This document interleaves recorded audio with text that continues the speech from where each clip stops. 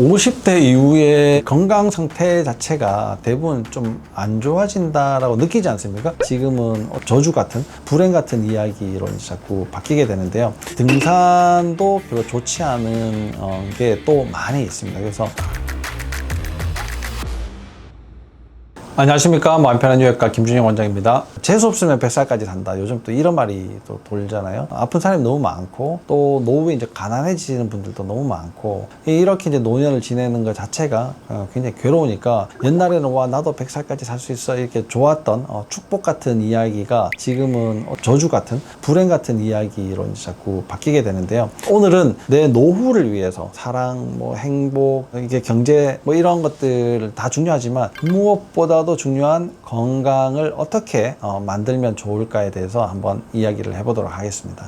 원장님 등산 좋아하시나요? 등산 아주 가끔 갑니다. 등산이 좋은 거는 뭐 그동안 못했던 이제 신체 활동, 그리고 이제 우리가 평지는 좀 다녀도 계단으로 다니는 사람들은 잘 없잖아요. 뭐 엘리베이터 타고 다니고 에스컬레이터 타고, 그러다 보니까 그렇게 약해져 있는 근육을 조금 더 운동시키는 거, 그런 이제 장점이 있을 거라고 생각되고요. 또 두 번째는 공기 환경 자체가 다르잖아요. 나무가 많고 하다 보니까 많은 양의 산소가 있고 톤치드 뭐 이런 건강에 좋은 것들이 이제 많이 뿜어져 나오니까, 그런 것들이 도심의 공해에서 벗어나서 좋은 공기로 내 몸을 한번 순환시킨다, 이런 이제 좋은 측면도 있을 건데요. 등산도 별로 좋지 않은 게 또 많이 있습니다. 그래서 주의를 해가면서 등산을 하시면 좋은데요. 등산이 가장 나쁘게 이제 작용하는 경우를 좀 말씀드려볼까 이제 합니다. 등산의 특징은 오랜 시간 한 방향으로 이렇게 쭉 갔다가 오랜 시간 또 한 방향으로 쭉 내려오게 되는 게 이제 등산이지 않습니까? 똑같은 근육을 계속 반복적으로 사용을 하게 돼요. 그 근육이 평상시에 단련이 되어 있냐? 단련되어 있지 않습니다. 단련되어 있지 않은 상태에서 한 근육을 계속 사용을 하다 보면요, 항상 문제가 생겨요. 우리가 운동을 할 때도 한 방향으로 계속 하는 운동들, 이런 것들이 별로 좋지 않은데요. 골프, 테니스, 뭐 탁구, 배드민턴 이런 거 다 한 방향 운동인데, 실제로 꼭 한 방향이 아니어도 한 종목에만 집중해 가지고 계속 이제 운동을 하시게 되면요, 한 방향 운동과 비슷한 효과를 만들어낼 수가 있어요. 왜냐하면 쓰던 근육밖에 쓰질 않거든요. 그 중에 하나가 이제 또 등산이 되는데, 오랜 시간 계속 똑같은 근육을 썼다가 오랜 시간 또 똑같은 근육을 쓰게 되니까 이게 문제가 이제 생길 가능성들이 많아요. 그러다 보니까 오를 때는 힘들게 이제 올라갔는데, 내려올 때 힘이 빠져서 쉽게 미끄러진다거나 뭐 균형을 못 잡는다거나 이런 문제들로 사고가 생기시는 경우들이 굉장히 많지 않습니까? 올라갈 때 생기는 사고보다 내려올 때 생기는 사고가 훨씬 더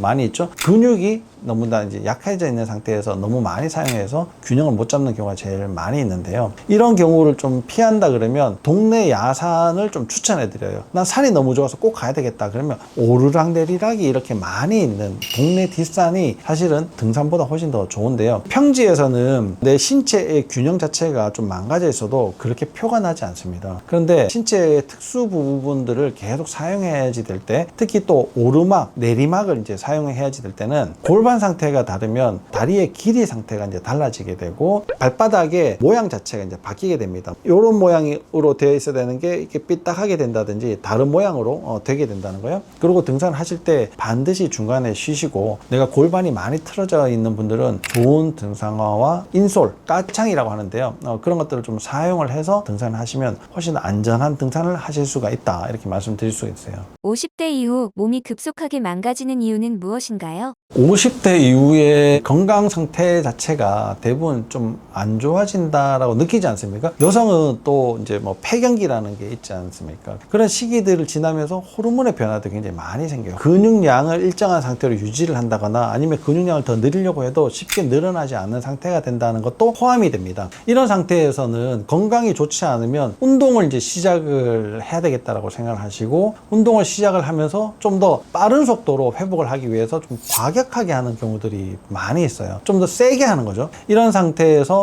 과격하게 뭔가 자꾸 이제 하려고 그러고, 자기가 나이 들어가고 근력이 빠지는 것을 인정하지 않고 그걸 극복해 보려고 더 많은 노력을 할 때 항상 문제들이 이제 생기게 되는 겁니다. 그래서 몸을 너무 과격하게 쓸 때는 항상 이 교감신경이 항진이 되고요. 교감신경이 항진되면 콜티졸이 나오게 되고, 콜티졸이 많이 나오면 오랜 시간 지속이 됐을 때 단백질을 녹이게 돼가지고 내가 원하는 결과를 절대로 얻을 수 수가 없거든요. 이 자연의 현상, 자연의 법칙이라는 거는 내 의지로 이겨낼 수 있는 게 아니지 않습니까?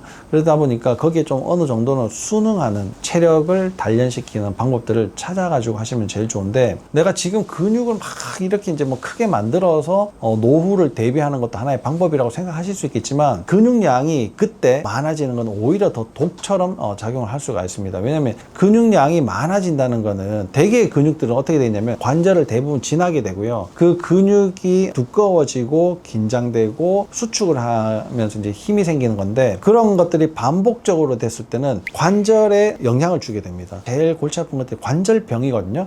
관절의 문제들을 계속 유발하게 되면은 나이가 들면서 고생의 지름길로 가는 거예요. 그러니까 너무 과격한 운동, 근육을 계속 늘려야 되겠다, 이런 이제 생각들은 잘못된 생각이다, 이렇게 이해를 하시면 됩니다. 그러니까 적절한 상태를 유지를 하시고 호흡을 좀 더 잘 할 수 있도록 그런 연습들을 좀 하시는 게 좋은데, 그렇게 따지자면 제일 간단한 거는 평지를 걷는 거예요. 걸을 때 그냥 느릿느릿 걷는 것도 뭐 걷는 거일 수 있지만, 약간 속도감 있게 숨이 좀 할딱할딱, 땀이 좀 짜작짜작, 요런 정도의 운동을 계속 좀 지속을 하시는 게 좋고요. 거기에 이제 호흡법을 조금 더 가미를 하면 좋은데, 내가 호흡이라고 하는 거를 신경을 써서 계속 하루 종일 할 수가 없거든요. 잘 때는 일단 기본적으로 안 되지 않습니까? 내가 일할 때도 호흡에 신경을 쓰고 일하는 사람들은 없어요. 이래저래 호흡에 신경 쓰는 거는 내가 하루 중에 5분, 10분 뭐 요 정도밖에 이제 확보를 할 수가 없는데, 이게 자연스럽게 호흡이 잘 되려고 하면은 등 척추가 건강한 상태를 유지를 해야 됩니다. 당연히 목과 골반이 이제 안정적인 상태가 유지가 되어야지 되거든요. 그래서 걷는 걸로 골반을 좀 더 밸런스를 잘 맞춘다는 거는 호흡도 개선시킬 수가 있다, 이런 이야기가 이제 되는 거고요. 이게 지금 잘 만들어지면 여러분들이 뭐 70, 80이 돼서도 건강한 상태를 잘 유지하실 거라고 보고요. 뭐 디스크나 뭐 아니면 다른 협착이나 이런 문제가 이미 이제 생기셨던 분들은 그런 문제들을 통증이 있을 때만 어디 가서 뭐 주사를 맞고 물리치료하고 뭐 치료를 하실 생각하지 마시고, 평상시에도 잘 관리하셔가지고 그런 사고와 같은 통증이 벌어지지 않도록, 일어나지 않도록 관리하시면 도움이 많이 받을 거라고 생각을 합니다. 나이살을 뺄 수 있는 운동엔 어떤 게 있을까요? 중년이 되면 제일 이제 신경 쓰이는 게 나이살이죠. 남성, 여성 할 것 없이 이제 뱃살이 제일 큰 문제가 될 거고요. 그리고 전체적으로 이제 퉁퉁해지는 거, 갸름하고 홀쭉해져 있는 게 아니라 조금 더 퉁퉁하고 이런 모습을 이제 가졌을 때 좋아 보인다라고 얘기해요. 사실 그게 그 나이 때 좋은 겁니다. 그러니까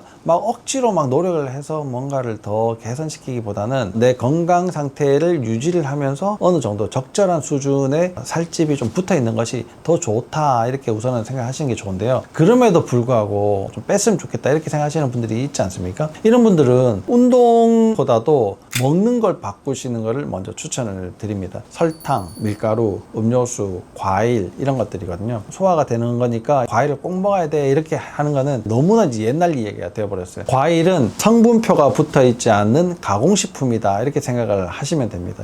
당도가 너무 많이 올라가 있고, 사실 안 달면 사 드시지도 않으시잖아요. 고급이다, 뭐 비싸다, 이런 과일들을 보면 전부 다 이제 달아야지만 인정을 받게 되는 시대에, 건강을 위해 가지고 나는 한 끼씩은 과일로 먹어요, 이런 분들 굉장히 이제 조심을 하셔야 됩니다. 그런 분들 중에 또 장이 나쁘다, 아니면 당뇨가 있다, 이런 분들은 생야채도 좀 피하시는 게 좋아요. 장 상태가 좋아지면 만성염증이 줄어들게 돼요. 만성염증이 줄어들면 콜티졸 호르몬 수치도 같이 떨어지게 되고요. 자율신경계가 비교적 안정이 되어 간다, 이렇게 생각하시면 됩니다. 내가 먹는 것만 조금 고쳐도 결국은 자율신경 안정을 시키는데 일조를 하게 되고요. 실제로 문제가 많다 그러면 자율신경 치료를 좀 해보시는 것도 도움이 더 되시겠죠. 노년이 돼서 부자라고 하면 근육이 많은 사람이 부자다, 이렇게 이야기를 하지 않습니까? 그 근육은 신경이 잘 작용할 때 유지가 잘 되는 겁니다. 내가 이렇게 운동을 해가지고 근육량을 늘리는 것보다도요, 신경 손상을 최소화해서 지금 가지고 있는 근육량을 잘만 유지를 해도 아주 본전보다도 훨씬 더 많은 이득이 있다라고 생각을 하시면 되는데요. 여기에 바로 척추 상태가 관여가 되어 있고, 그 척추 상태 중에서도 내 몸의 혈액순환과 감각과 또 여러 가지 이제 기능들을 회복시키는 데는